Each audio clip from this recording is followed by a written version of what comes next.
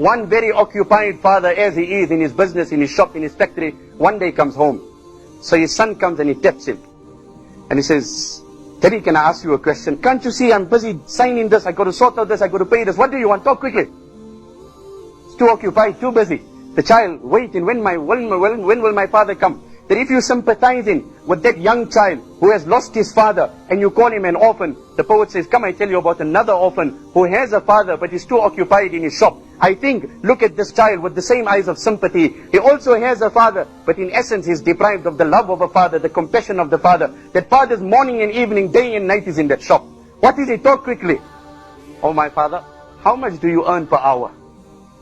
What do you want to know how much I earn? You got your school bag, you got your toys, you got whatever you want. What do you want to know how much I earn? Okay, I earn 20 rand an hour. You happy? Go. The child says, one more question, Daddy. What is it? Can you borrow me 10 rand? You're asking me like as if you are my father. What do you want the 10 rand for? I just gave you money yesterday. Go from here. The child turns away and he goes to sleep. Puts his head down and he falls off to sleep.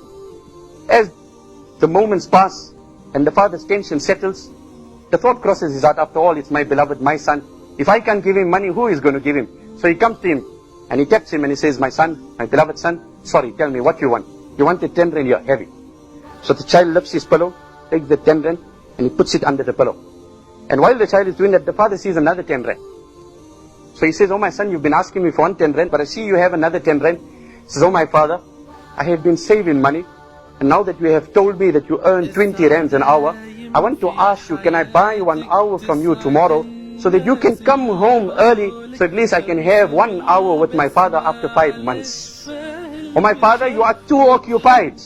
You are too engaged. Your money means everything to you. You left Allah, you left us also. Brothers, if this masjid can cry, wallah, it will cry in such a way that no baby has cried.